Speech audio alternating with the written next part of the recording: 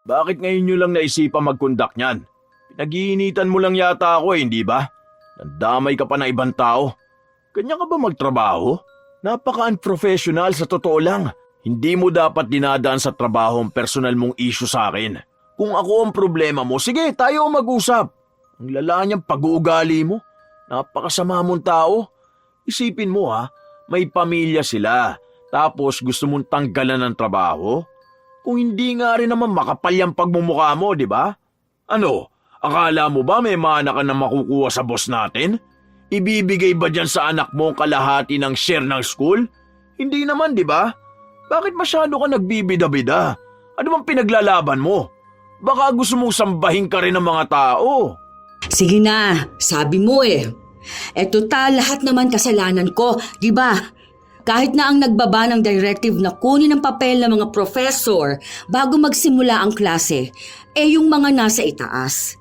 Sa dami ng gurong tinanggalan mo ng trabaho at pinalitan mo, ikaw pang may ganang magsalita ng ganyan sa akin. Wala rin naman sigurong masama kasi may mga masteral naman ang hawak mo, di ba? Depende na lang kung may kinakatakot kang iba. Basta, mag-provide ka lang ng naaayon na papeles nila. Wala tayong magiging problema. Pero kung may problemang mang iba, baka ikaw mismo. Baka yung pag-uugali mo. Hindi ako naninira ng iba. Gawain mo yon, kaya wag mo ipasa sa akin. Minsan, kung sino pa ang taong tinulungan mo, siya pa ang magmamalaki sa'yo. Ganon ang dinanas ni Celia matapos niyang tulungan ang kanyang kaibigan. Pero sadyang ang mga taong mapagmataas ay sinisingil ng langit. May pagkakataon pa kayang magbago ang isang taong mapagmataas o sadyang dadamahin na lang niya ang masakit niyang pagbagsak. Uy ma'am, naabutan pa kita. Oo nga pala, nakalimutan ko sabihin. Dumaan kahapon si Ma'am Jennifer. Nagtatanong kung saan niya pwedeng i-verify yung yung regarding dun sa maling time record niya. Oh, bakit? Pinakita ko na sa kanya yun bakit nagtatanong pa rin siya? Nag-double check daw kasi siya ng schedule na bigay sa kanya. Basta sabi niya, hindi raw yun ang schedule niya. Anong hindi? Pinirmahan niya yon nung nag-request siya na i-move ang schedule niya. Tapos ngayon, sasabihin niyang hindi. Aba, ewan ko rin. Kanino ba kasi pinasa yun? Sa akin ang notice, pero si Sir Francisco nag-approve. After ibigay ni Sir sa akin, finoward ko na kaagad for notice sa faculty and kay boss. Basta yun ang sabi niya. Hindi niya raw alam.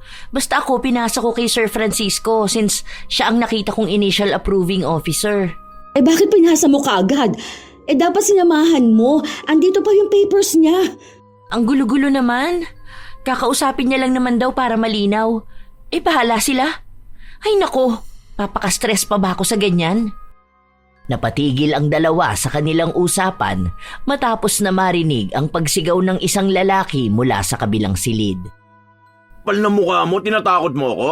Sige, magpa-labor ka. Yang katangahan mo ang isaayos mo. Pulpul ka na nga magturo, ngayon pati ka may tatakutin mo dahil lang sa kamalian mong bobo ka. Dapat matagal ka nang wala rito eh. Pinagtsatsagaan ka na lang namin. Tapos ganito pa? Wala kang utang na loob. Sige, lumayas ka nang wala kang maipakain sa pamilya mo. Magdidildil kayo ng asin. Ako na nga nagbibigay ng maayos sa trabaho sa'yo, gaganyanin mo pa ako? Ang ayoko sa lahat yung kinakalaban ako. Sinasabi ko sa'yo, tignan natin kung may mapasukan ka pang trabaho. Puwisit ka. Nagkatinginan ang dalawa bago nila ipinagpatuloy ang pagliligpit ng kanilang gamit. Ang lalaking galit na yon ay si Francisco, ang direktor ng isang pribadong paaralan na pinapasukan ni Lori at Celia.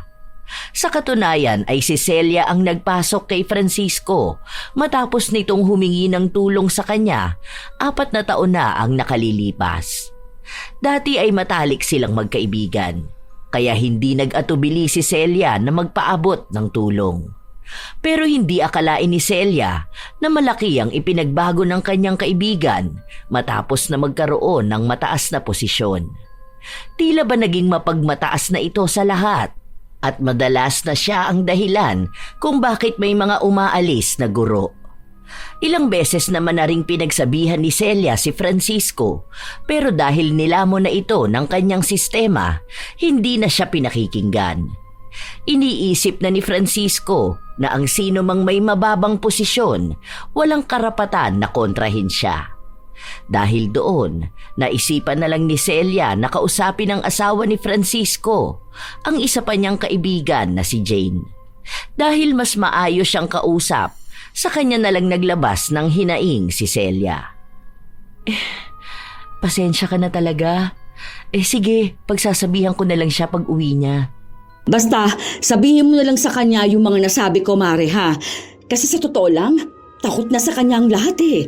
Kahit nalapitan o kausapin siya, ang bilis naman kasing uminit ng ulo nun. Ang pangit pa ng mga lumalabas sa bibig niya. Puro masasakit na salita na lang. Ay, kung alam mo lang kung paanong hiyang-hiya ako sa tuwing sinasabi mo yan sa akin.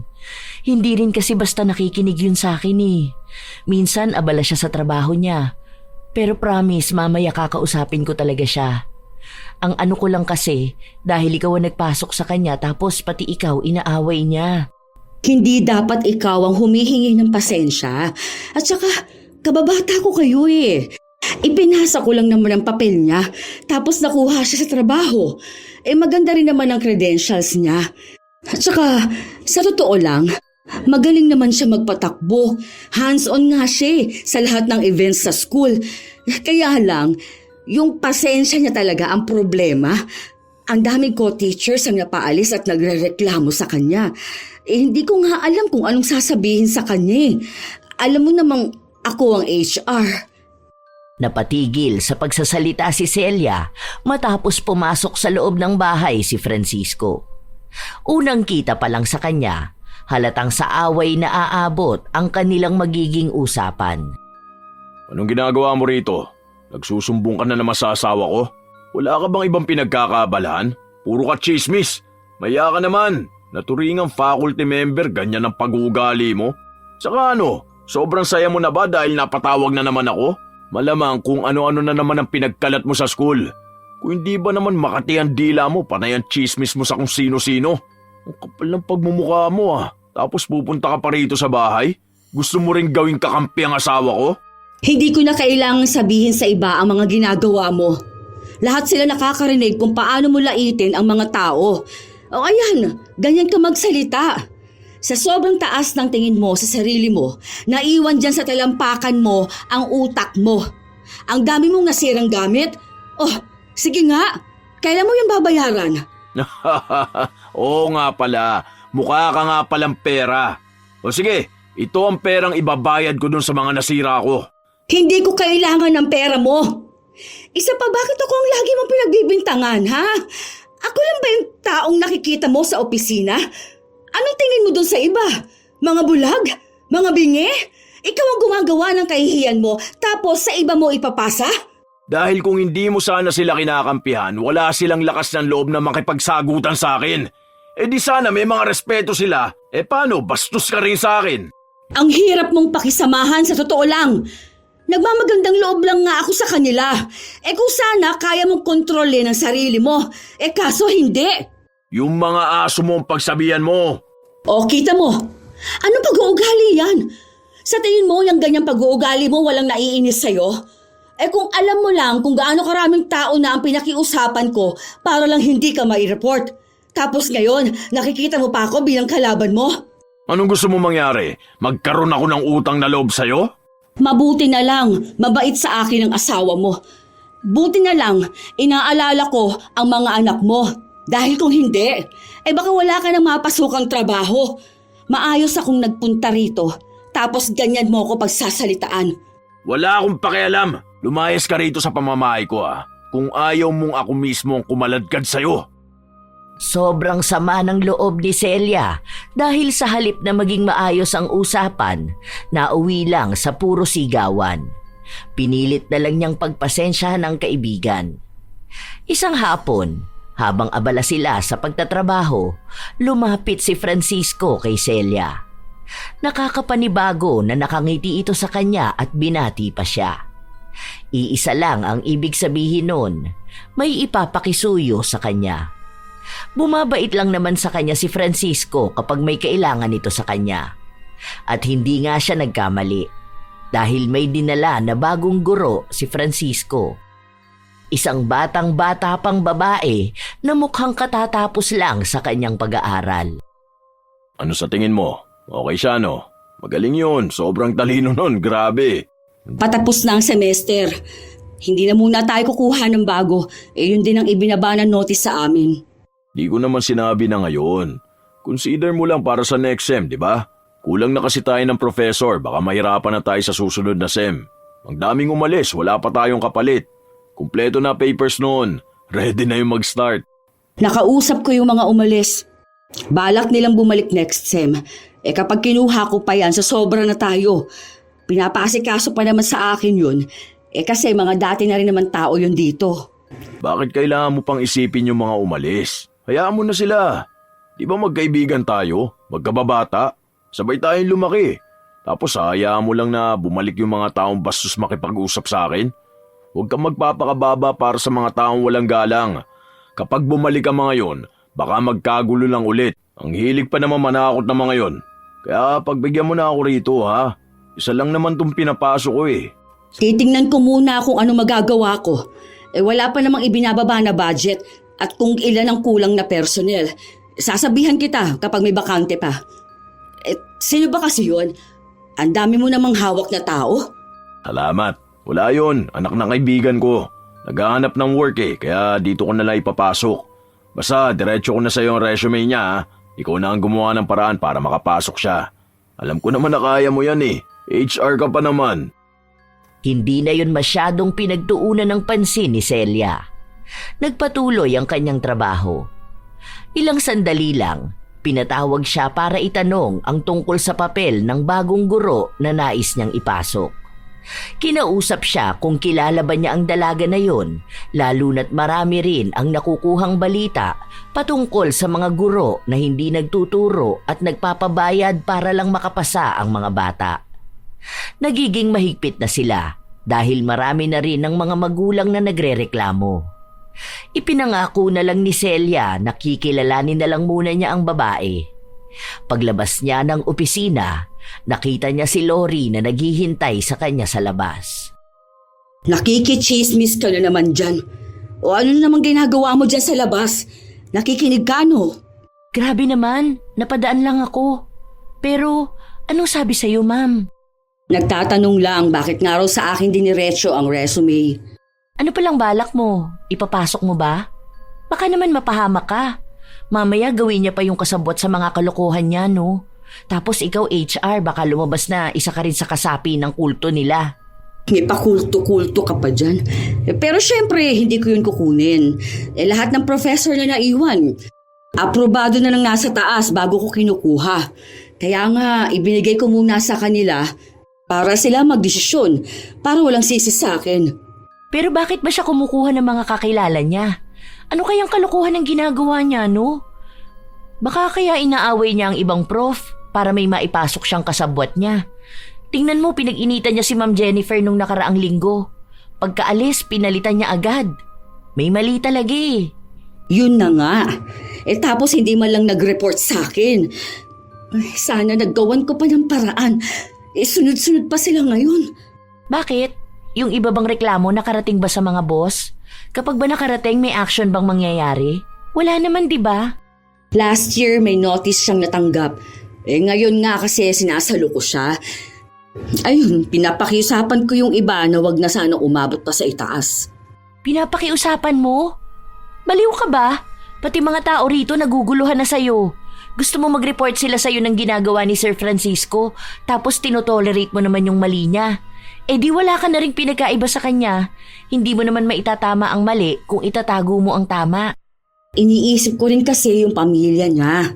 Naaawa naman ako sa kanya, lalo na doon sa mga anak niya. Ngayon, responsibilidad mo na siya? Ilang beses ka naman na niyang binastos, diba? Kahit nasa harapan ng mga estudyante, minumura ka niya. Ewan ko ba sa'yo? Nakakapikon din talaga yung mga taong mababait eh. Nag-HR ka pa. Sana naging sekretary ka na lang niya. Ginagawa ko yon para sa mga anak niya. Ang dami niyang kasalanan sa'yo, sa totoo lang. Hindi mo responsibilidad yun.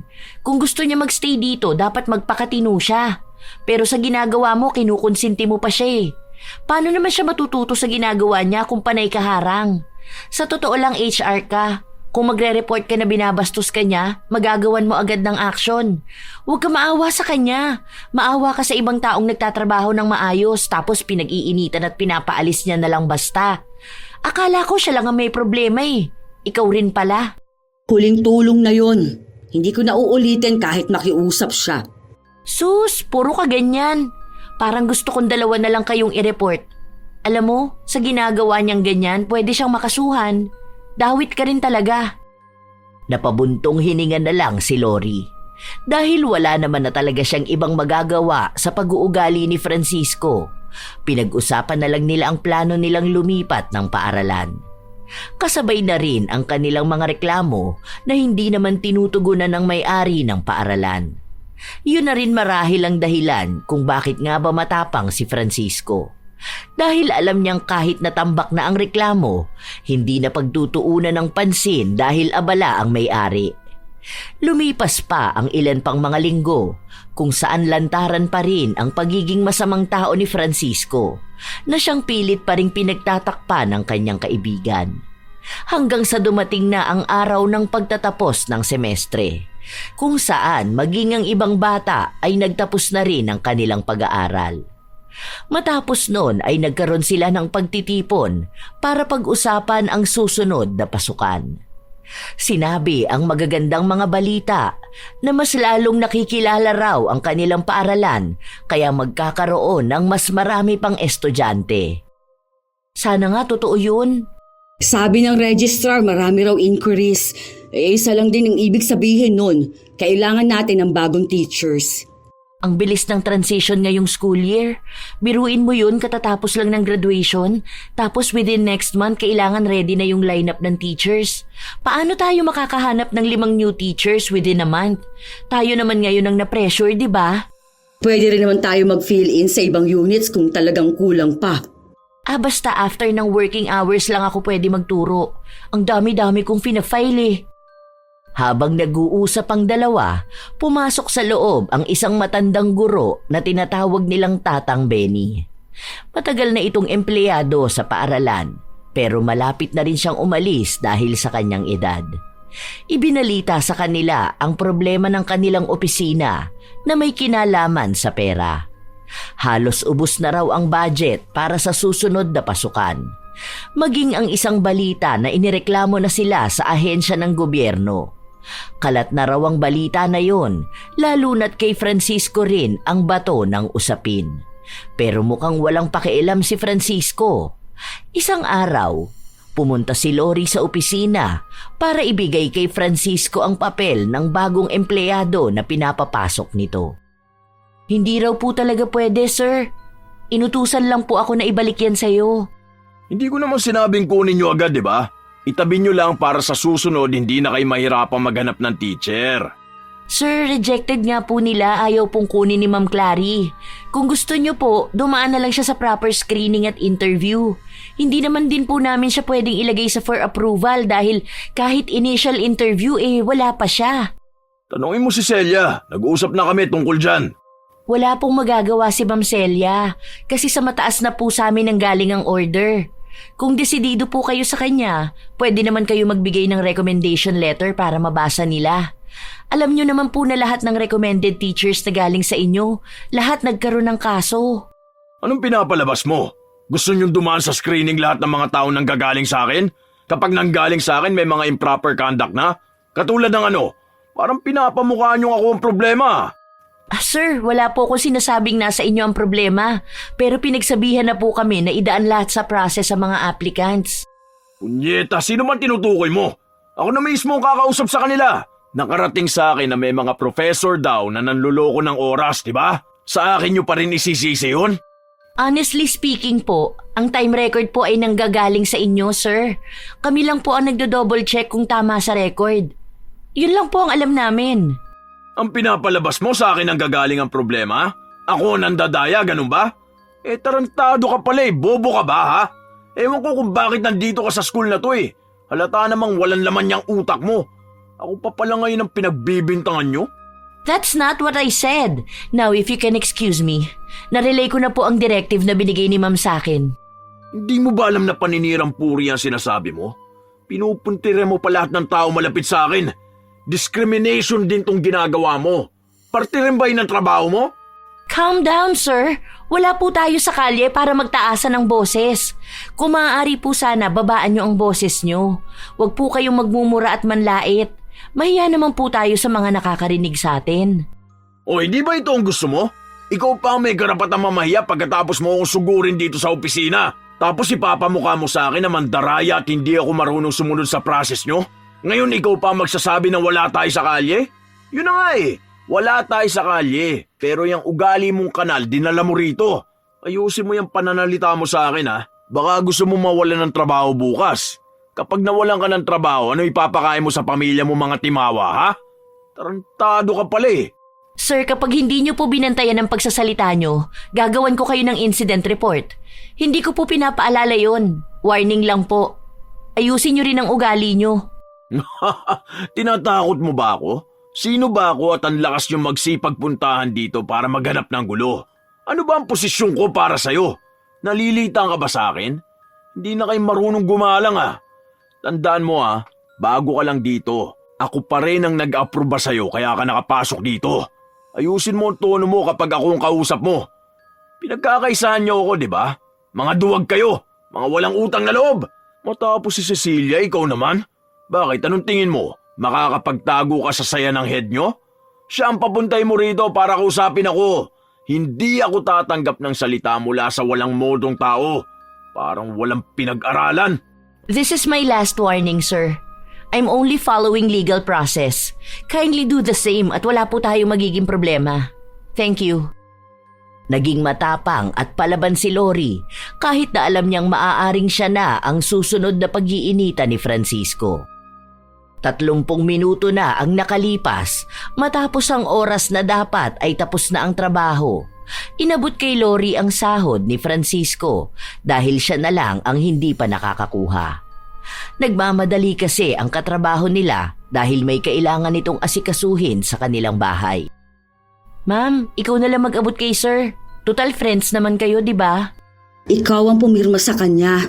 Ikaw ang hahanapin yan. Hindi nga kami magkabati nun. Nagsagutan kaming dalawa, di ba? Ang sama-sama ng ugali nun. Grabe mga panlalait niya sa akin, ha?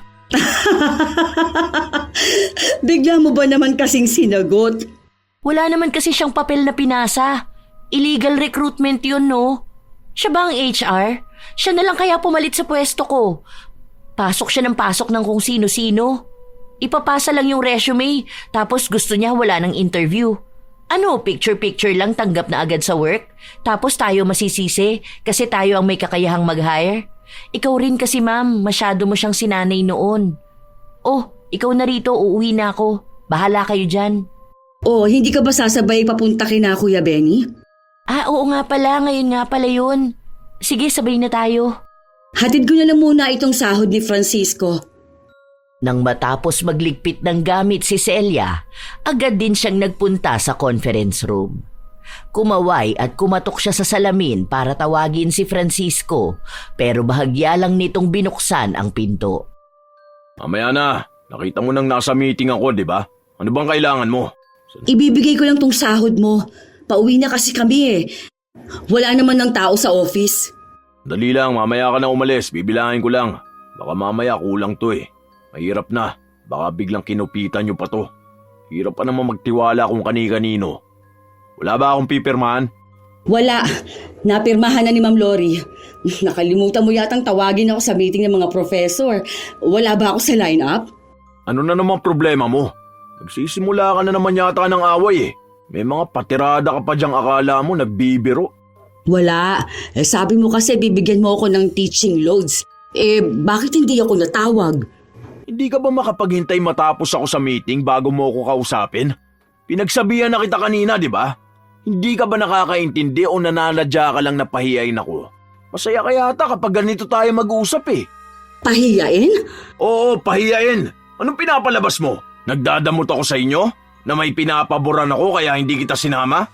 Mataas pa rin ako sa inyo, matuto kang gumalang kahit konti ha? Wala ka bang delikadesa? Tanda-tanda mo na. Oh, kumalma ka. Nagtatanong lang naman ako. May masama ba sa sinabi ko? Hindi ka nagtanong nung nakaraan, ngayon sa harap ng mga professor mo ko tatanungin? Para ipamukha sa akin na hindi ako tumutupad sa usapan, ganun ba? Wala ka bang respeto sa oras namin? Tignan mo nga ang laki ng abala mo sa amin. Wala ka talagang hiya no? Nakaraan pa ako naghihintay ng tawag mo. Kasi sabi mo may bakanting subject. Dumaan lang naman ako para mag-abot ng sahod mo. Kung ano-ano lang sinasabi mo. O di sana inilapag mo sa lamesa ko. Sinabi ko bang idaan mo pa sa akin? Dadahilan mo pa tong sahod ko para gumawa ng rason para bastusin at questionin ako sa harap ng mga tao. Lumabas si Francisco at naglakad palapit kay Celia. Wala siyang salitang sinasabi, pero baka sa mukha niya ang galit. Halos nais niyang saktan ang ginang, kaya umatras na lang si Celia. Bastos ka! Hinaan mo ang boses mo. Hindi kita binabastos. Bastos ka! Baka nakakalimutan mo mas mataas pa rin ako sa'yo. Tandaan mo, ikaw matanda ka ha? HR ka lang. Matuto kang lumugar. Matuto kang gumalang. Punyeta ka. Hindi ako kung sino lang para pahiyain mo ako ha. Magkakasubukan talaga tayong dalawa. Wala akong pakialam kahit nasabihin mong kaibigan kita. Tinatarantado mo ako Ang tanda-tanda mo na pero ganyan pa rin ang ugali mo. Walang naging laman niyang kukote mo. Palibasa yung ugali mong kanal, dala-dala mo rito. Wala kang kwenta. Kaya ka nga iniwan ng asawa mo, di ba? Sino ba naman kasi magtsatsaga sa ganyang pag-uugali mo? Napaka-chismosa mo pa. Hindi kumibo si Celia, nakatingin lang siya kay Francisco. Pinigilan lang sila ng ibang tao roon. Nang umalis na si Francisco, halos mamula ang mga mata ng ginang, lalo na't pigil ang kanyang luha. Puno ng sama ng loob ang kanyang dibdib. Kaya nang makita siya ni Lori, nag-alala ito sa kanya. Bakit? Ano nangyari? Bigla niya na lang akong sinigawan. Nagbiro lang naman ako sa kanya. Narinig pa ng mga bata. Balita ko nga mainit ang ulo nung nakaraan pa. Pero wala naman siyang karapatan na mamahiya ng ibang tao. Gusto niyang galangin siya pero siya naman tong walang galang sa iba. Ay, nakakainis! Aalis na talaga ako. Hindi ako nagtagal dito para ganyanin lang. Kahit kailan, hindi giginhawa ang buhay ng ganyang tao. Sa totoo lang, pinipigilan ko lang na magsalita ng masama. Pero maghihirap sa buhay ang tao na yan. Lalayuan yan ng mga nakapaligid sa kanya. Isinusumpa ko talaga siya. Kumalma ka na muna, ma'am. Maling-mali talaga siya. Ano na lang ang tinuturo niya sa mga estudyante? Na kapag galit, okay lang hindi gumalang? Umalis na lang sila para pumunta sa bahay ni Tatang Benny. Ilang araw na lang kasi ay aalis na ito sa trabaho dahil magre-retiro na siya. Isa siya sa mga naging kakampi ni Celia. Mabait at sadyang maunawain. Naikwento na rin nila ang ginawa ni Francisco at si Benny ang nagbigay ng payo kay Celia. Ilang sandali pa, ang naging usapan nila ay napunta naman sa mga maling ginawa noon ni Francisco. Saan mo naman nabalitaan yun? Chismosa ka talaga. Ano bang detalye? Alam ko lang muntik na siyang makulong. Hindi ko alam yung tunay na dahilan. Sayang naman. Sana nakulong na nga lang talaga siya. Hindi ko rin sigurado, pero sabi, parang tungkol sa mga online students sa Maynila. Hawak niya kasi pera ng school, tapos may nawawala. O ayun, na-report siya. Ang sabi, nagawa naman niya ng palusot, pero pinaalis pa rin siya. Tapos kinuha mo pa rin para pumasok sa work? Ma'am, ayos ka lang po ba? Tapos ganyan kanya ipahiya? Oh, pustahan tayo, ipagtatanggol mo pa yan. Kasi nga friends kayo, tapos nakakaawa naman ng mga anak niya. Ay, tumigil ka na nga dyan. Hayaan mo ma'am, gagantihan natin yan. Kapag ako talaga yumaman, ako. Oo nga pala, nagtataka ako. Di ba friends kayo? Bakit parang pansin ko ang ingrande ng buhay niya? Yumaman ba siya bigla?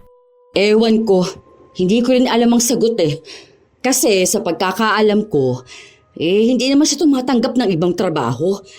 Pero alam mo naman ang may mga katungkulan, maraming paraan kung paano kumita ng pera. Minsan nga iniisip ko na gumagawa na siya ng illegal. Ang galing niya lang. Nakalusot siya ng pera kahit na hindi siya taga-accounting. Pero sa totoo lang, mahirap makakuha ng pera sa pagkakaha. Kasi ang pagkakaha, bantayan ng mga matataas. Pero kapag mga pakimkim at mga kalokohan, imposibleng hindi alam ng nasa itaas. Katulad ng online classes na international students ang kinukuha. Ganong klaseng kalokohan ba, ma'am? Alam mo, sa sobrang dami mong alam na chismis, hindi ko alam bakit ka pa nagtatanong. O kanino mo narinig yan? Secret. Pero hindi ko alam paano yun. Hindi sila opisyal na enrolled sa school natin. Pero hindi ka ba nagtataka? Kung minsan may mga tumatawag na kukuha ng certificates. Pero wala sa system natin. So, tayo ang may kasalanan? Di ko gets. Ibig sabihin, nagbabayad sila ng enrollment fee. May record silang pinapakita, katulad ng transfer of money at mga grades. Nung kinausap namin si Sir, ang sinasabi niya naman, tutor lang naman daw niya yun. Hindi ba bawal yun? Bakit niya ginagawa yung ganun? Bawal kung bawal. Kulong ka kung mahuli. Kaso nga, wala namang estudyante ang nagrereklamo kapag kinausap na ni Francisco. Nawawala na sila. Tapos, malaking problema pa dahil nakapangalan pa sa school natin. Ang dami kong nalalaman na kalokohan ha. Parang ang sarap pakipagkaibigan sa ganun. Marami akong matututunang kalokohan. Ay, kapag ganyan ka, iiwan kita. Sa lahat ng gugustuhin mong matutunan, yung may posibilidad na makulong ka pa. Kawawa naman yung mga magulang ng estudyanteng nagbabayad at kumakayod para lang makapag-aral ang anak. Tapos lolokohin mo lang?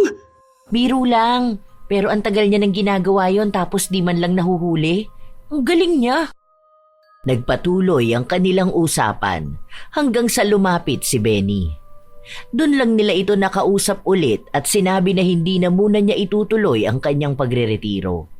Dahil may utang siya sa pag-ibig at kung hindi niya raw yun mababayaran, wala pang 5,000 ang makukuha niyang huling sahod.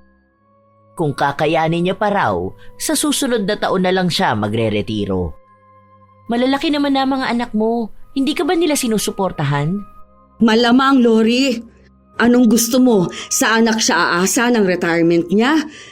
Sinabi nga niya sa akin na gusto niyang magbukas ng maliit na tindahan. Hindi ang inaano ko yung sa pension niya. Makukuha niya pa rin naman yun. Pero iniisip niya rin yung retirement niya. Ganyan na rin iniisip ko ngayon. Bukod na lang doon sa problema ko kay Francisco. Lumipas ang ilan pang mga araw kung saan hindi nagpapansinan sina Francisco at Celia. Nagpapatuloy na lang sa trabaho si Celia dahil kung bibigyan niya ng pansin ang kaibigan, baka nga lalo silang magkagulo. Isang araw, habang papunta ng banyo si Lori, napansin niyang naglilinis sa kabilang banyo si Tatang Benny. Biniro niya pa ito na masyadong masipag. Pero sinabi lang sa kanya na inutusan siya ni Francisco na maglinis ng banyo dahil wala raw ang tagalinis at may darating na mga bisitang magsusuri sa buong paaralan. Dahil sa nalaman ni Lori, galit siyang bumalik sa opisina at sinabi yon kay Celia. Kunin mo yung mga papel na ibinaba ni Ma'am Patricia para kung maghanap ng patunay sila, sir, may maipapakita ka. Ipapaabot natin itong report na ito.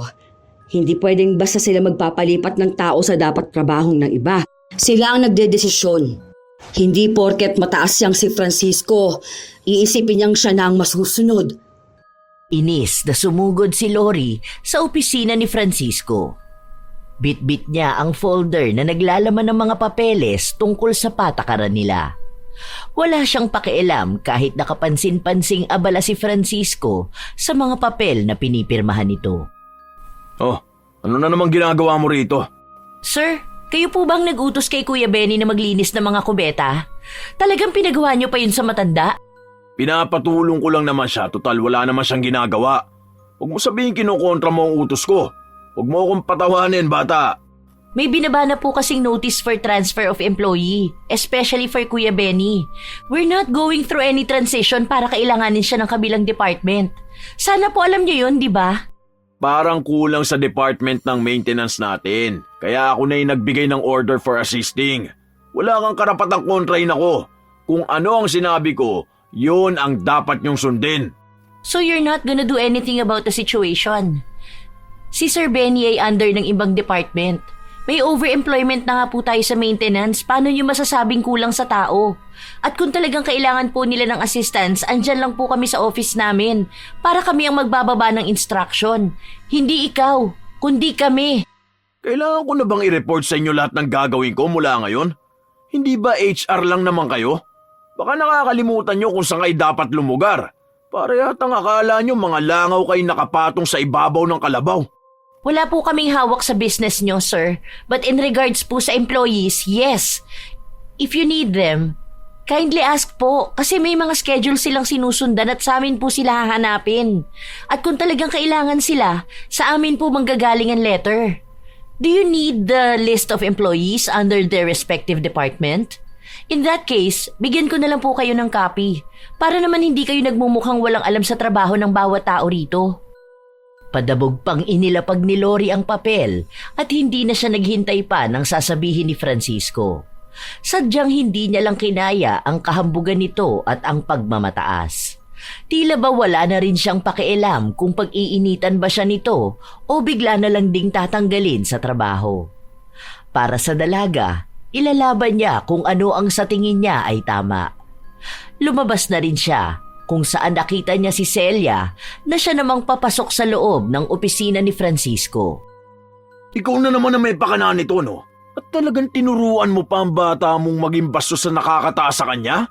Hindi mo ba tinuturuan kung paano siya gumalang, ha? Ang kapal ng mukha niya sumugod sa akin at pagsalitaan ako ng ganon. Walang iya siya. Kahit na sino, walang may karapatang ganunin ako.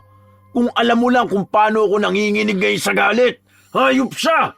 Hindi ko kailangang magsumbong. Hindi ako bata na naghahanap ng kakampi. Ano bang ipinuputok ng butsi mo? Kaya nga ako napasunod dito dahil kailangan din kitang makausap. Wala na akong panahon para dyan sa mga salita mo. Totoo naman din ang sinabi niya na sana ikaw mismo alam mo rin kung paano gagalangin ang trabaho ng iba. Hindi dahil mataas ka. Kailangan mo ng pakialaman ang gawain namin. Nagpapatawa ka ba? Ano ba inaakala mo? Ano ba naman trabaho mo? Di ba HR ka lang naman?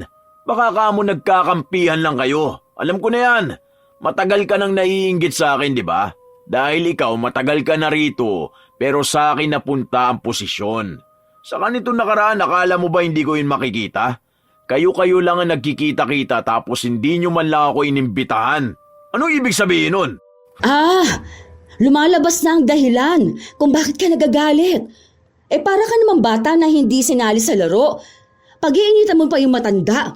Ginagamit mo yung posisyon mo para lang sa walang kwentang bagay. Hindi ako naiinggit sa'yo. Dahil wala yan sa'yo kung wala ako. Talaga ba? Hindi mo lang kayang aminin. Kaya ngayon, ang ginagawa mo, sinusulsulan mo mga aso mo na atakihin ako. Para nga naman kapag napatalsik ako, ikaw na ang papalit sa akin, no? Galing mo rin talaga mag-isip. Ibang klase ka. Tignan mo na nga yung ginagawa mong paggamit ng posisyon mo para makapanlamang ng tao. Huwag kang umasta na parang hindi yan mawawala sa'yo. Tandaan mo, lahat kayang bawiin ng langit. Kung ano mang ipinagmamalaki mo ngayon, pwedeng isang araw mawawala lahat-lahat. Kaya mas mabuti na sana na maging mapagpasalamat ka. Alagaan mo maging ang reputasyon mo. College director ako. Hindi mo ko under para takutin mo, ha? Ibaon mo yan dyan sa kakapiranggut mong utak. Hindi mo ko kaya, Celia. Isa ka lang trabahador sa school na to na dapat sumusunod sa mga utos ko.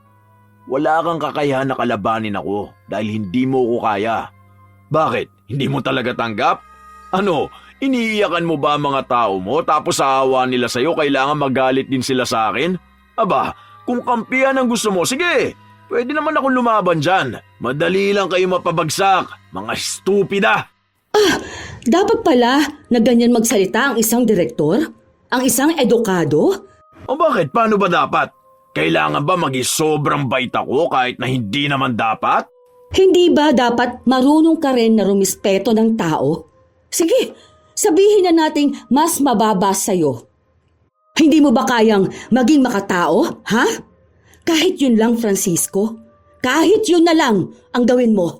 Wala kang mahihita sa akin kung yan lang ang gusto mo. Dahil magalang naman ako eh. Gumagalang naman talaga ako. Pero sa mga taong mas mataas lang sa akin. Dahil ganun naman talaga yon. Ganun lang dapat. Kung naghahangad ka ng paggalang mula sa akin, matuto kang pantayan ako. Pero halata namang hindi mo kaya, di ba? Dahil mas magaling ako sa lahat ng bagay.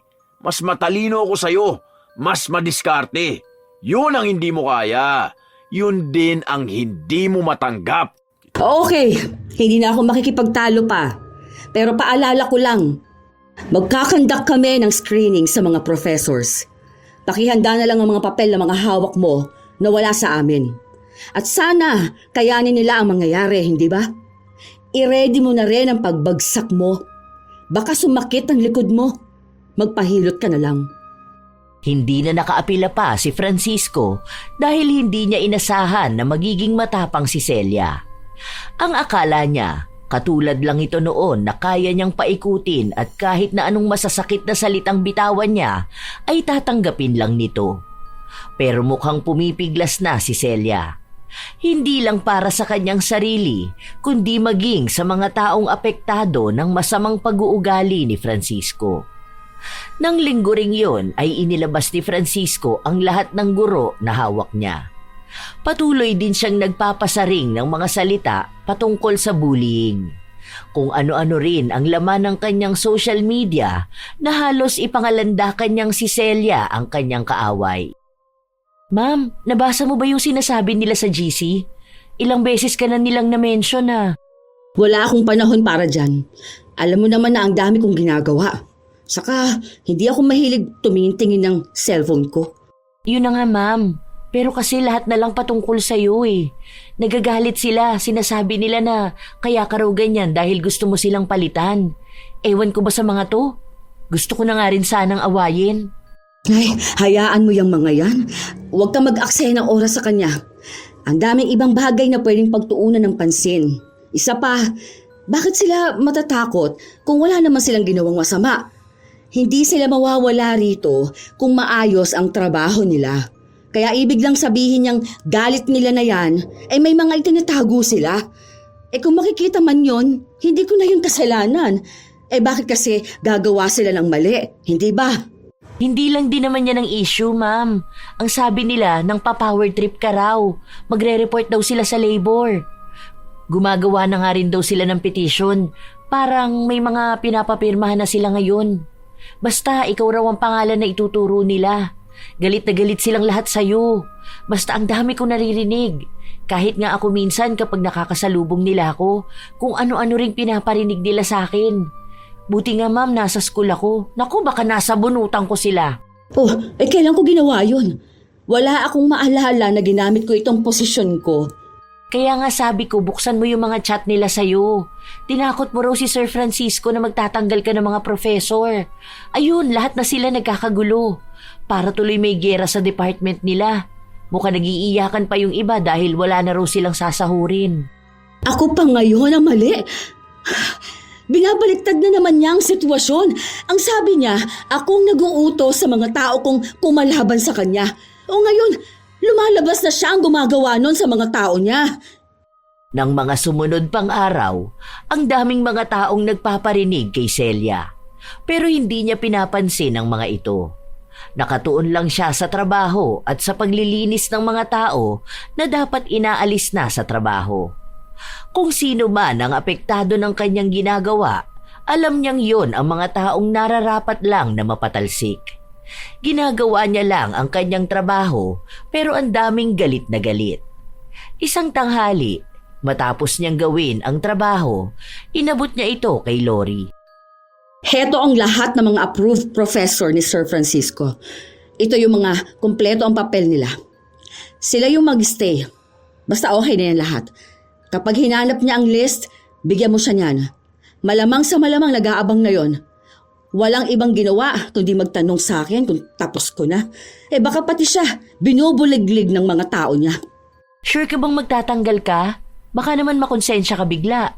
Dati isang iyak lang ng mga tao sa'yo kahit mali na ginagawa nila. Bigay ka ng bigay ng chance. Parang ano lang, ma'am. Naninibago ako sa'yo. Hindi tayo pwedeng basta-basta magtatanggal. Kaya nga magkakonduct tayo ng survey from students. And syempre mga corresponding documents na kailangan nila para ma-retain sa position. Sa kung lalabas na karapat dapat silang matanggal, di yun na ang mangyayari. Kahit naman umiyak sila sa akin kung talagang wala na akong magagawa, hindi ba? Kasalanan naman din nila yun. Hindi na nga mahigpit ang school Sila lang ang may problema. Hindi kaya lalo kayo magkainitan ni Sir Francisco? Nitong nakaraan narinig ko nagsisigawan kayo. Parang tuwing magsasalubong kahit anino nyo lang, nagbabanggaan kayo ng sobra. Medyo nakakatakot lang. Baka ma-high blood kayong dalawa. Masyado niyang niyayabang ang pagiging college director niya. Baka nakakalimutan niyang tayo pa rin na nagpa-process ng employment. Mas mataas siya, pero baka nakakalimutan niyang may kapangyarihan pa rin ako. Bahala na siya sa buhay niya. Tapos na akong ipagtanggol siya. Masyado na rin lumaki ang ulo niya. Nice! Tumatapang na siya. Baliw ka. Umayos ka na nga dyan. Trabaho na. Lumipas pa ang mga araw hanggang sa dumating ang araw na nagkaroon na sila ng pag-uusap kasama ang lahat ng mga guro at mga taong may kinalaman kay Francisco. Naglabasan na sila ng mga kulang na dokumento dahil ayaw nilang mawala ng trabaho. Inasikaso naman yon ni Francisco kahit na masyadong maraming proseso.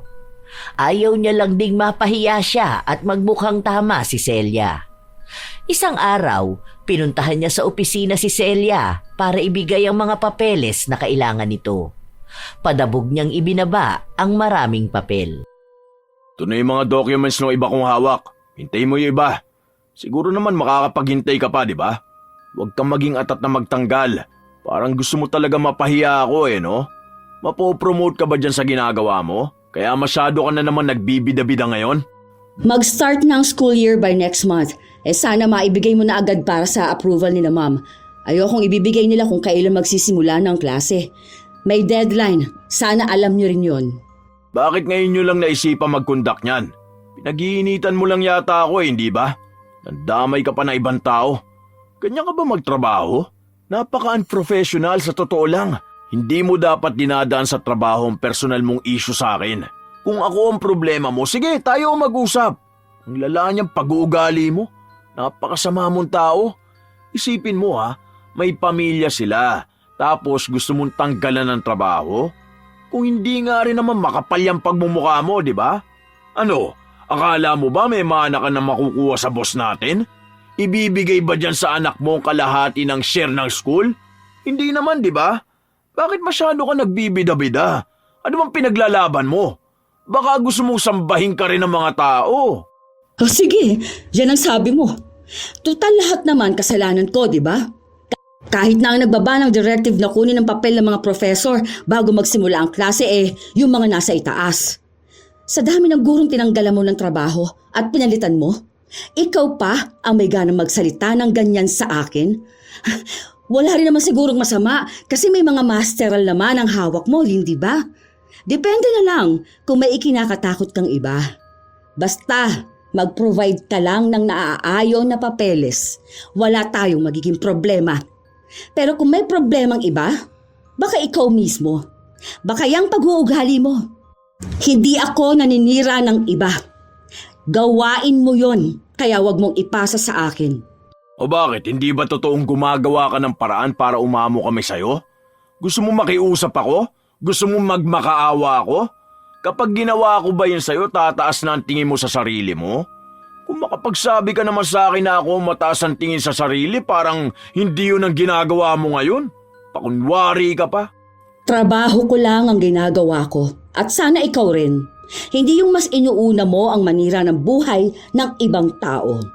Tandaan mo, lahat ng taong pinatanggal mo, pwede kong i-file ng incident report.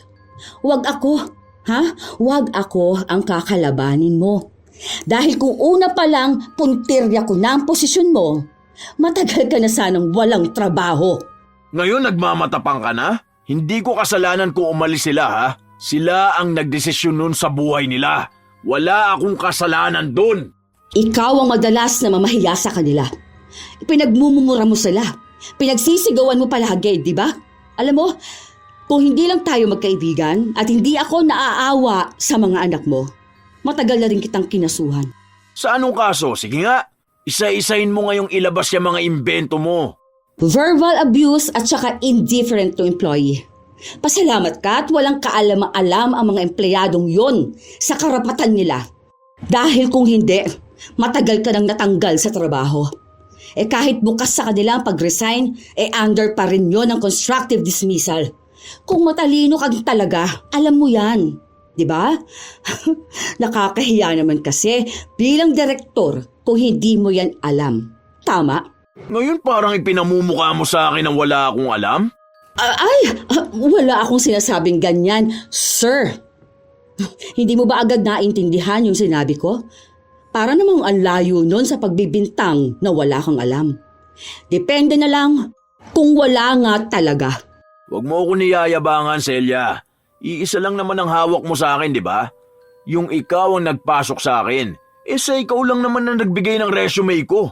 Pero ako pa rin naman ang nagdala sa sarili ko sa mas mataas na posisyon. Dahil magaling ako, hindi dahil kilala kita. Kaya huwag mo akong pagsasabihan na dapat ako magkaroon ng utang na loob sa'yo. Ano, gusto mo rin bang gamitin ang salitang utang na loob para mapasunod ako? Paano mo ba gustong bayaran ko ang utang na loob na yan, ha? Narinig mo ba akong inuulit ko sa'yo na wala kang utang na loob? Kaya mo yan naaalala dahil alam mo na meron ka talagang utang na loob sa akin.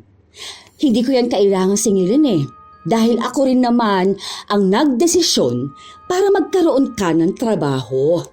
Kasi naaawa ako sa'yo dahil baka wala kang maibigay sa pamilya mo. Baka hindi pa makapag-aral ang mga bata.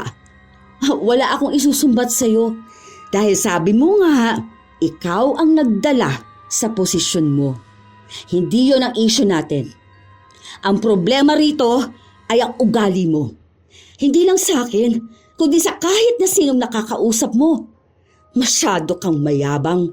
Nayayabangan lang kayo sa akin dahil nasa posisyon ako. Ibig lang sabihin, hindi ako ang problema, kundi ang inggit nyo sa akin. Doon na nagsimula ang pagkakaroon nila ng mas malalang alitan. Hindi na nagbago ang ugali ni Francisco at mas lalo na ring tumapang si Celia. Mas lalo niyang binigyan ng pansin ang karapatan ng ibang tao na dati ay binabaliwala niya dahil sa pagkakaibigan nila ni Francisco. Ngayon lang yun gagawin ni Celia. Kung sakali mang malaki ang epekto nito kay Francisco, iniisip niya na lang na pagtutuwid ito sa pag-uugali ng kaibigan. Dahil kung sakali man na mas lalala pa ang kamalian na ginagawa nito, maaaring malaking bagay pa ang magiging balik sa kanya. Yun lang naman ang kinakatakot ni Celia. Isang araw, galit na galit si Francisco na sumugod sa opisina ni Celia kung saan naabutan niyang mag-isa lang doon ang ginang. Nagkaroon kasi ng malaking problema si Francisco at ang tanging tao na sinisisi niya ay si Celia. Ano bang pinagsasabi mo? Anong alam ko dyan sa kaso ng mga professor na under mo? Wala akong kinalkal na kahit na anong issue nila. Iba ang humahawak niyan. Tapos na ako doon sa pagkuha ng documents nila. Kung anong ibang issue nila, hindi ko na problema yon. Huwag mo sa aking isisi ang lahat. Alam kong ito ang nagpapasaya sa'yo. Ang nakikita mong nahihirapan ako at yung ibang mga tao ko, di ba? Sa sobrang saya mo, baka ilibre mo mga aso mo. Ano, lalabas ba kayo mamaya? Pagkakatuwaan nyo na unti-unti na akong bumabagsak? Ang toxic mo no? Grabe na yung inggit sa katawan mo. Sinabi ko na sa'yong wala akong alam sa mga sinasabi mo. Nag-file lang ako ng report. Kung may kaso sila, kasalanan na nila yon. Pati ba naman yon sa akin mo nalang isisisi? Hindi ako toxic. Siguro may pagkamasama ang ugali ko pero hindi ako toxic na tao. Ayusin mo yung pananalita mo, ha? Susugod ka sa akin dahil lang sa ganyan? Kanino mo gustong isisi? Alangan namang sa akin na naman. Na ako na naman ang problema. Di ba yun naman ang palagi mo sinasabi? Papaawa ka na naman dyan. Gagamitin mo na naman ang mga salita mong matanda ka na masyado para sa kung ano-anong gulo. Alam mo kung hindi mo naman pinakialaman ng mga tao ko, wala naman magiging problema eh. Sinisira mo lang talaga ang pangarap ko. Ayoko makipagtalo sa'yo. Basta alam kong wala akong ginagawang mali. Sinasabi ko sa'yo ha, sa oras na mawalan ako ng trabaho, ikaw ang una kong papatayin. Total wala na rin namang kwenta yung buhay mo, di ba? Para sa ganun na lang din ako makakaganti sa yung hayop ka. Sisiguraduhin ko sa'yo na kapag bumagsak ako, kasama ka rin babagsak. Nakaramdam ng takot si Celia sa mga salita sa kanya ni Francisco. Nang matapos ang ginagawa ni Celia, umalis na rin siya sa kanyang trabaho. Hindi niya alam na pati pala si Lori ay sumunod sa kanya. Ayaw na kasi niyang magkaroon pa sila ng malalang away, kaya siya na lang ang lalayo. Ginawa na lang niya ang lahat para mabigyan ng katarungan ang mga taong inapi ni Francisco. Aminin man niyang minsan nakakaramdam siya ng konsensya para sa iba, pero mas iniisip niyang kung pangungunahan siya nun, hindi rin maitatama ang mga mali. Wala na rin namang pagkakaibigan na masisira dahil matagal na itong nawasak dahil sa kanilang alitan. Isinalba na lang niya ang kanyang sariling buhay. Humahanap na lang siya ng ibang paaralan na pwede niyang mapasukan. Kasama niya rin naman si Lori na humahanap din ng pwede nilang lipatan na trabaho. Simula noon, hindi na siya nakatanggap ng kahit na anong balita sa paaralan na dati niyang pinapasukan. Iniiwas na lang din kasi niya ang sarili sa maraming isipin. Makalipas ang ilang buwan, habang namamalengke si Celia, nakasalubong niya si Jane. Hindi pa nga niya ito namukhaan nung una dahil iba na ang itsura nito. Mare, ano nangyari sa'yo? Ha? Bakit naman nagkaganyan na ang itsura mo? Naging losyang ka naman na. Hoy, ayos ka lang ba? May sakit ka ba? Ay, kung alam mo lang ang nangyari sa buhay namin ngayon, Mare. Naiiyak na nga ako magkwento eh. Alam mo ba na nawala na ng trabaho si Francisco? Natanggal na siya dun sa school. Matapos nun, patong-patong na kaso na ang kinaharap niya. Alam mo bang sunod-sunod ang problemang nangyari sa amin? Wala na yung ipon namin, as in ubos lahat. Tapos itong sasakyan namin kakukuha lang ngayon. Isusunod naman na yung bahay namin. Wala na kaming titirhan. Lahat ng pinaghirapan niya, nawala ng ganun lang kadali. Ha? Ano ba kasing ginawa niya? May tumawag daw na international student at naghahanap ng diploma niya. Pinahanap daw sa registrar. Wala raw sa list yung school ID niya. Pinapalabas nila na kinamkam daw ni Francisco ang pera. Habang iniimbestigahan pa lang, lumabas yung dalawa pang kaparehas na kaso. May mga naipakita silang bank transfer na nakapangalan nga kay Mister. Grabe yung nangyayari sa akin ngayon, Mare. Ano naman ang sinabi ng school? Wala na kasi akong kinakausap sa kanila. Kaya hindi ko na maitanong yung mga ganito. Hindi raw nila alam eh. Wala rin sa records ng CHED ang mga estudyanteng yun. Bali lahat pinapasalo nila sa mister ko. Paano naman kami? Kahit nga pangkain namin ng mga bata, wala ako mapang sustento. Kaya binigay ko na muna ang mga bata kina mama. Ang hirap. Hindi ko na alam kung anong gagawin ko. Kulang-kulang kalahating milyon yung kailangan naming ibalik sa mga estudyante. Saan naman ako kukuha nun, di ba? May ipinakita ba silang pruweba? Bank transfers nga. Nung una, sabi ni Francisco, tutor lang naman daw sila. Pero kasi may pinakita silang forms na parang nagpapatunay na enrolled sila tapos pirmado niya rin. Nakipag-usap ka na ba sa attorney nyo? Ay naku, natalo nga kami sa kaso. Maghanda pa raw kami kasi baka may ilang estudyante pa ang lumitaw matapos nito. Kailangan din namin maibalik lahat ng perang nakuha ni Francisco. Kapag nagpatuloy pa to, baka umuwi na lang din ako kina mama. Hindi ko na kaya tong stress na nangyayari sa akin. Sobrang hirap. Hindi ko to kaya mag-isa. Nakakarma na nga yata kami. Alam ko na makakaya mo rin yan. At sana, maging malaking leksyon na rin kay Francisco. Lalo na noong mga panahon na wala siyang ibang ginawa, kundi ang ipagyabang sa lahat ang posisyon na meron siya. 12 taon ang sentensya kay Francisco. Doon na tuluyang nagsimulang bumagsak ang lahat sa kanya. Wala na siyang kahit na anong bagay na ipagyayabang sa ibang tao. Kung gaano siya naging mapagmataas, siya namang bagsak niya. Nawala ang kanyang yabang dahil hindi niya kayang maging matapang sa loob ng kulungan.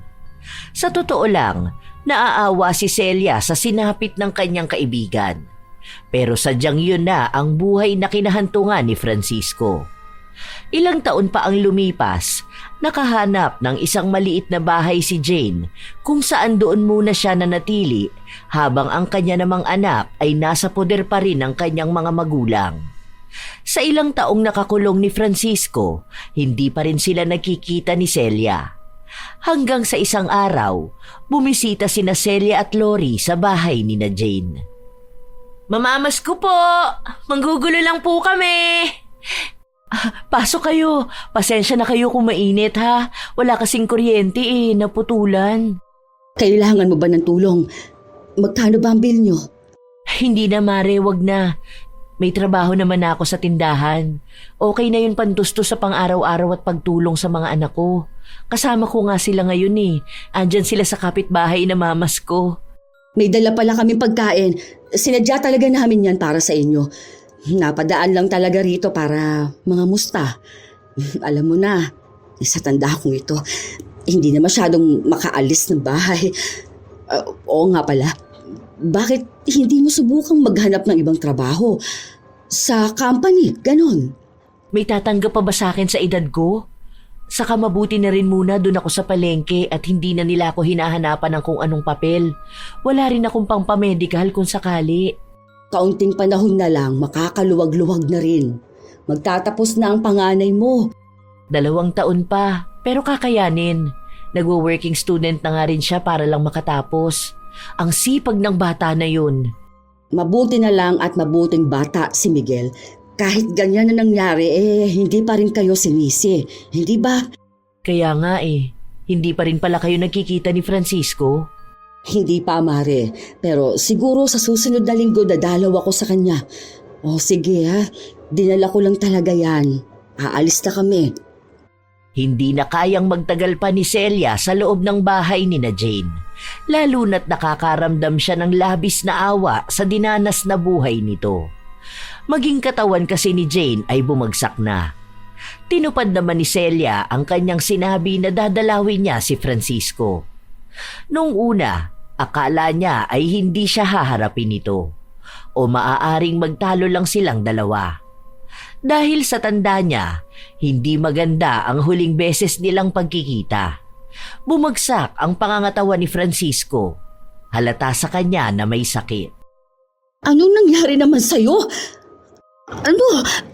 Ayos ka lang ba? May sakit ako. Hindi mo ba nabalitaan? Barado ang daluyan ng dugo ko papuntang puso. Naapektuhan din nun ang atay ko. Matagal na to bago pa man ako makulong. Kailangan ng malaking halaga kung sakali man na magpapa-opera ako. Kaso nasa kulungan pa rin ako, di ba? Hindi sa akin nasabi ni Jane. Baka ayaw na rin niya may maabala kami. Buti ka nga dumalaw ka na sa akin Yung anak ko ayaw na akong makita. Alam mo, naiintindihan ko naman ang galit niya sa akin Hindi naman magiging ganun ang pamilya namin kung inaayos ko lang ang trabaho ko. Ewan ko kung masaya ka ngayon sa nakikita mo. Grabing epekto ng karma sa akin. Hindi ko akalain na magkakaganito ang buhay ko. Talagang sa isang iglap, wala. Naubos lahat. Hindi ako natutuwa. Naaawa ako sa'yo, pati sa pamilya mo. Nakikita ko si Jane. Hindi nga ako makatingin na maayos sa kanya. Dahil awang-awa talaga ako. Halos hindi na siya tumigil magtrabaho. Kasalanan ko naman talaga lahat yun Oo, Sarili ko ang sinisisi ko. Kung hindi ako naging gahaman sa pera, di naman magiging ganito. Kung sana nakinig lang ako sa mga sinabi mo sa akin, di ba? Ang tigas ko rin kasi nun eh. Akala ko hindi na mawawala sa akin ang posisyon ko. Akala ko kaya ko ang lahat ng tao. Oo nga pala, nabalitaan ko ang lahat ng pinakita mong kabutihan sa misis ko. Ang akala ko, puputuli mo na rin ang koneksyon mo sa pamilya ko eh. Kaibigan ko kayo. Naalala mo pa ba, nung mga bata tayo? Di ba ang sabi ko sa'yo na palagi tayong magtutulungan? Alam ko namang hindi naging maayos ang samahan natin nung magkasama tayo sa trabaho. Pero wala na yun sa akin. Gusto ko lang ding humingi ng tawad sa lahat ng mga nasabi ko sa iyo noon. Sa lahat-lahat. Alam ko, hindi lang isang beses kitang napagsalita ng hindi maganda. Alam ko namang mali na hindi ko agad napagtanto yung pangit kong ugali. At kailangan pang mauwi sa ganitong sitwasyon bago ko malaman na tama ka nga sa mga sinasabi mo sa akin noon. Araw-araw kong pinagsisisihan na hindi ako nakinig sa iyo. Patawarin mo sana ako. Kung hindi mo pa kaya ngayon, umaasa pa rin ako na isang araw magiging maayos din tayo.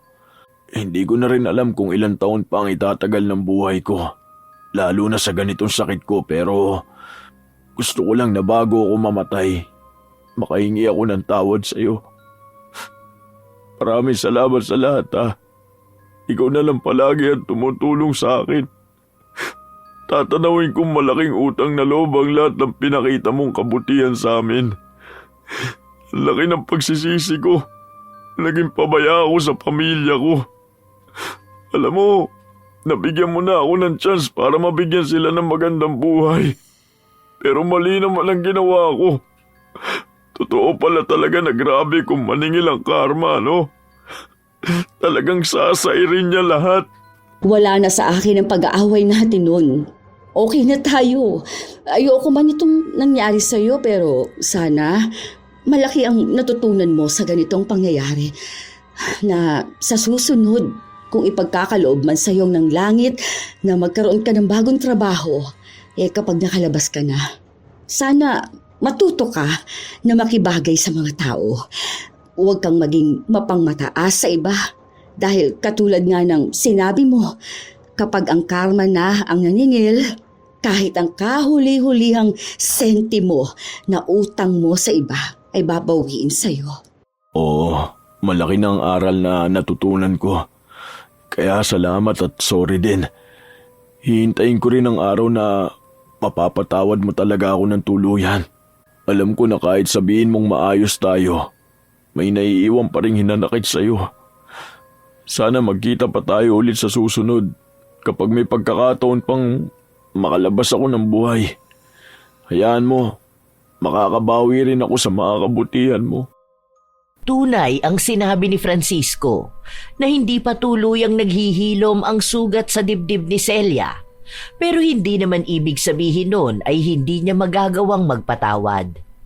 Ang mahalaga sa kanya ay natututunan na rin ni Francisco ang kung anumang pagkakamali na nagawa niya. Alam niya rin na hindi pa naman huli ang lahat para sa isang tao na magbago. Ilang taon pa ang nakalipas. Nabawasan ang taon ng pagkakabilanggo ni Francisco, lalo na't nakikitaan din siya ng pagbabago. Nakalabas siya ng kulungan pero meron pa rin siyang sakit. Ang asawa naman niya, patuloy pa rin sa pagtatrabaho para lang sa utang ng kanyang asawa na kahit ilang taon na halos hindi pa rin nababawasan. Para gumaling si Francisco, nilalapitan niya rin ang iba't ibang ahensya ng gobyerno. May nakuha siyang tulong at iyon ang naging dahilan para madagdagan pa ang kanyang buhay. At nakikita niya yon bilang panibagong pag-asa. Marami man ang nakikita siya bilang masamang tao, matapos nga niyang makulong, gusto niya pa rin gumawa ng makabuluhan sa kanyang buhay. Sa mga sumunod na buwan, muli silang nagkita ni Celia, nakasama na naman si Lori. Hello, sir. Sir pa rin? Okay po, Hello, tanda. Loko ka talagang bata ka. Oh, oy, ang ganda na pala nitong tindahan mo. Aba, ayos. Business owner ka na. Boss ka na ngayon. Oo nga, ako na ngayon ang amo. Pero si Mrs. pa rin ang boss. Wow, may kinatatakutan pala kayo, sir. Ngayon ko lang nalaman. Sana pala noon si Ate Jane kinuha nating HR. Tiklo pala si sir eh. Nagtawanan lang sila matapos nun. Naging maganda ang mga sumunod na nangyari dahil kitang-kita ang malaking pagbabago ni Francisco. Maging sa kanilang buhay. Dahil ang munting tahanang kanilang nabuo matapos ng mga pangyayari ay kahit paano'y napunan muli ng dekorasyon at gamit. Kahit na malayo sa karangyaan ng dati nilang pamumuhay. Ang mahalaga ay lahat ito bunga ng kanilang pagsusumikap. Hindi katulad noon na ginagamitan niya ng maling gawain. Habang si Francisco ay nagsisimula ulit sa pinakamababa, si Celia naman ay patuloy sa pagtuturo sa kanyang nalipatang paaralan. Kasama niya pa si Lori. Doon nila nakuha ang isang saya dahil nakakatanggap sila ng tunay ding paggalang. Masasabing nagkapatawaran na ang dalawa, ngunit ang turing nila sa isa't isa ay hindi na katulad ng dati. Sadyang tinuturing na lang talaga ito ni Francisco bilang malaking aral sa kanyang buhay, na matuto siyang gumalang sa iba at walang magandang naidudulot ang pagmamataas sa ibang tao. Minsan talaga, may mga taong inaakala na kaya na nila ang lahat dahil lang sa posisyon na meron sila. Akala nila ay nakaaangat na sila higit sa lahat. Na akala nila ay hindi darating ang araw na hihingi sila ng tulong sa iba. May mga taong sobrang taas ng tingin sa sarili pero mababa kung ituring ang iba. Ang masakit pa, sila pa ang unang humuhusga nang hindi man lang inaalam ang pinagdaraanan ng taong tinitingnan nila ng mababa. Hindi nila alam, ang galing at karunungan ay walang halaga kung puso mo naman ay puno ng pagmamataas. Dahil sa bandang huli, hindi titignan ng tadhana kung gaano ka kataas, kundi kung gaano kababa ang loob. May isang ang kasabihan na ang buhay ay parang gulong. Minsan nasa taas ka, minsan nasa baba. Kaya wag mong ipagmalaki ang posisyon, pera o koneksyon mo dahil baka sa isang iglap, mawala rin ang lahat ng yon. Kapag dumating ang oras na kailangan mo ng tulong, baka ang mga taong minamaliit mo pa noon ang siya ring unang aayaw sa'yo. Katulad na lamang din ang pagdating ng karma. Hindi man ito nagmamadali, pero siguradong darating ito. Ipaparanas sa'yo ang kaparehas na pakiramdam na iyong ibinigay sa iba. Kung may pagkakataon pang maging mabuti, mas mainam na piliin mo yon. Tandaan na lamang na ang tunay na taas ng isang tao ay nasusukat hindi sa kung anong posisyon ang hawak niya, kundi sa kung gaano siya marunong yumuko kahit mataas siya. Madalas sa buhay, may makakatagpo tayong kaibigang tunay na tutulong at masasandala natin sa buhay. Pero hindi lahat ay kayang magpahalaga sa kanila. Marahil ang iba ay inaabuso pa na nauuwi sa tuluyang paghihiwalay nila ng landas. Kayo ba mga apo, nasubukan nyo na bang makatagpo ng ganoong klase ng tao? Kung kayo ay may katulad na kwento, maaari nyong ibahagi ito kasabay ng inyong opinyon. Dahil masaya akong mabasa ito.